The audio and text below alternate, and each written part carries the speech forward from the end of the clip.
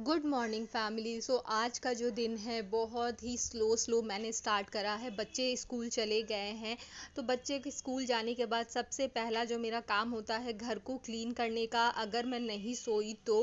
क्योंकि मैंने बहुत बार बोला है कि बच्चों को सो के कई भेज के कई बार ऐसा होता है कि मैं सो जाती हूँ, बट आज बहुत ज़्यादा काम थे तो मैंने बोला कि नहीं, बेड को बना देती हूँ। क्योंकि देखना जब बेड बन जाता है ना तो थोड़ा सा आप ऐसा लगता है कि एनर्जेटिक फील करते हो, बट बेड को देखते ही ऐसा लगता है कि बेड के ऊपर सो जाओ। बट आज मैंने बहुत हिम्मत जुटा के कि नहीं, मुझे नहीं सोना है।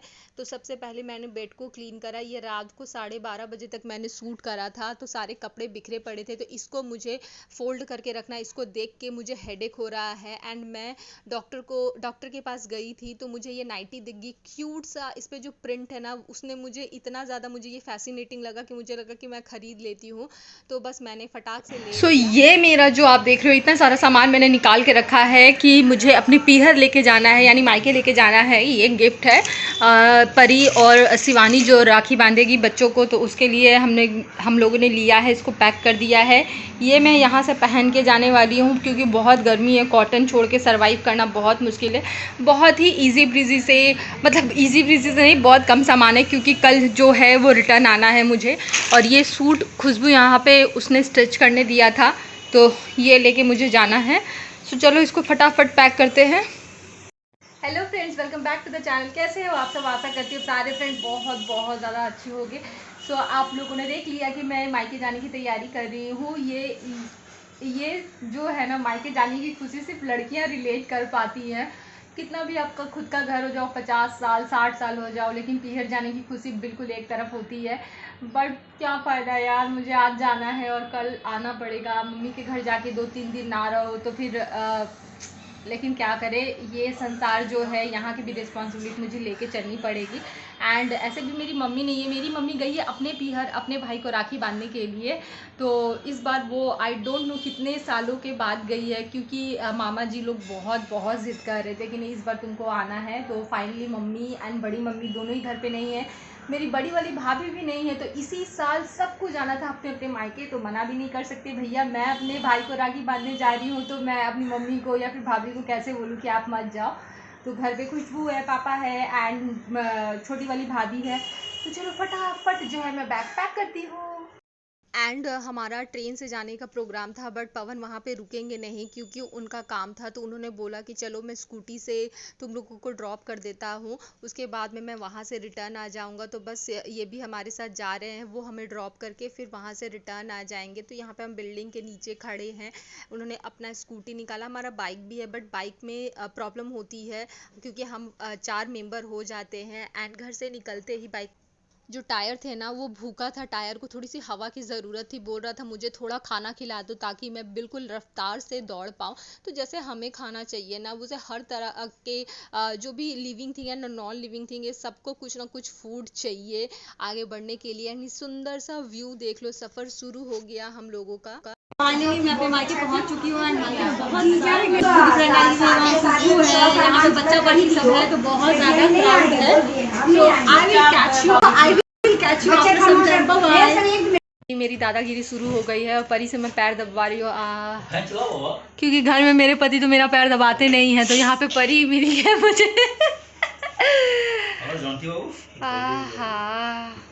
और इधर में देख लो, খুব বাজে না, প্যান্ট পরছে, এখন চান করেছে, ছেলেটা কি করবে জীবনে বুঝতে পারছি না আর। अरे परी, अरे लग रहा टूट जाएगा। और यहाँ पे जीजा साला की गॉसिप चल रही है एंड मैं उनकी गॉसिप का जो है मज़ा ले रही हूँ। क्या बोले भाई? कैसी कैसी भाषा यूज हो रही है यहाँ पे?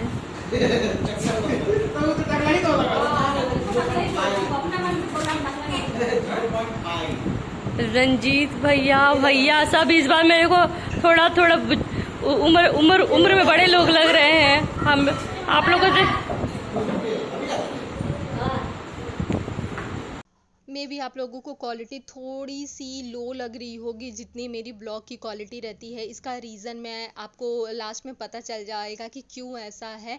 तो यहाँ पे जो है रंजीत भैया को मैं राखी बांध रही हूँ। थोड़ा सा फास्ट फॉरवर्ड मोड मैंने कर दिया है ताकि आप देखते देखते बोर ना हो, क्योंकि हमारी फैमिली बहुत बड़ी है एंड एक एक करके हम राखी बांधते हैं तो थोड़ा सा टाइम लग सकता है। बट ये जो है फास्ट फॉरवर्ड मोड में भी आप इंजॉय करोगे एंड ये रिलेट कर पाते हैं जिनकी जॉइंट फैमिली है।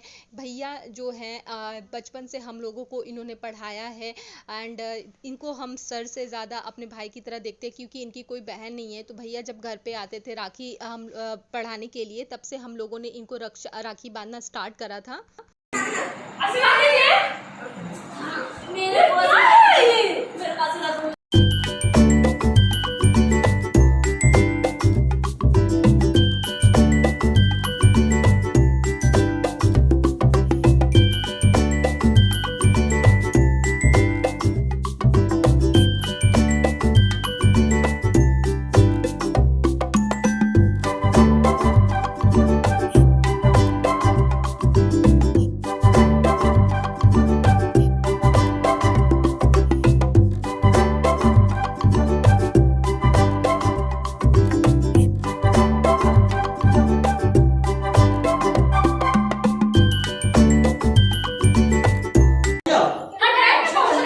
ये घर के सबसे बड़े भैया हैं बट ये थे नहीं, तो सबसे लास्ट में राखी जो है हम इन्हीं को बांध रहे हैं। दीदी हर साल नहीं आती थी, ना जाने कितने सालों के बाद में दीदी आई है। तो इस बार पूरी फैमिली एक साथ ही, मतलब जो हम बहनें थे सब साथ में थे, बट इस बार दीपक भैया नहीं थे क्योंकि वो मुंबई चले गए हैं। उनकी जॉब वहाँ पे हुई है तो वो नहीं है, तो हम उनको बहुत ज़्यादा मिस कर रही है। पहली बार ऐसा है कि तीनों भाई में हमने किसी को एक को राखी नहीं बांधी एंड पिछले साल श्रीकांत को भी हम राखी नहीं बांध पाए थे क्योंकि वो नहीं था। तो पिछले 2 सालों से ऐसा हो रहा है ना कि 3 भाइयों में कोई ना कोई रह अरे अभी निकलेगी।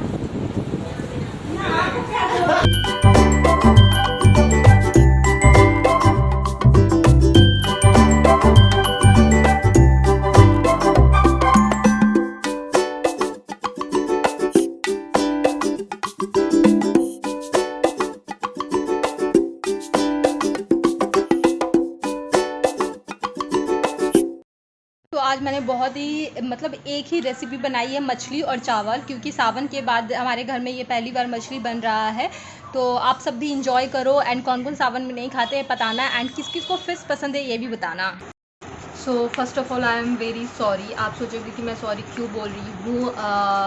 एक्चुअली रक्षाबंधन के दिन मैं इतना ज़्यादा, मेरा वो दिन, मतलब दिन तो नहीं बोलूँगी बट रात मेरी इतनी ज़्यादा ख़राब हुई है। रक्षाबंधन की रात में मैं सारी रात मतलब लिटरली बहुत रोई हूँ।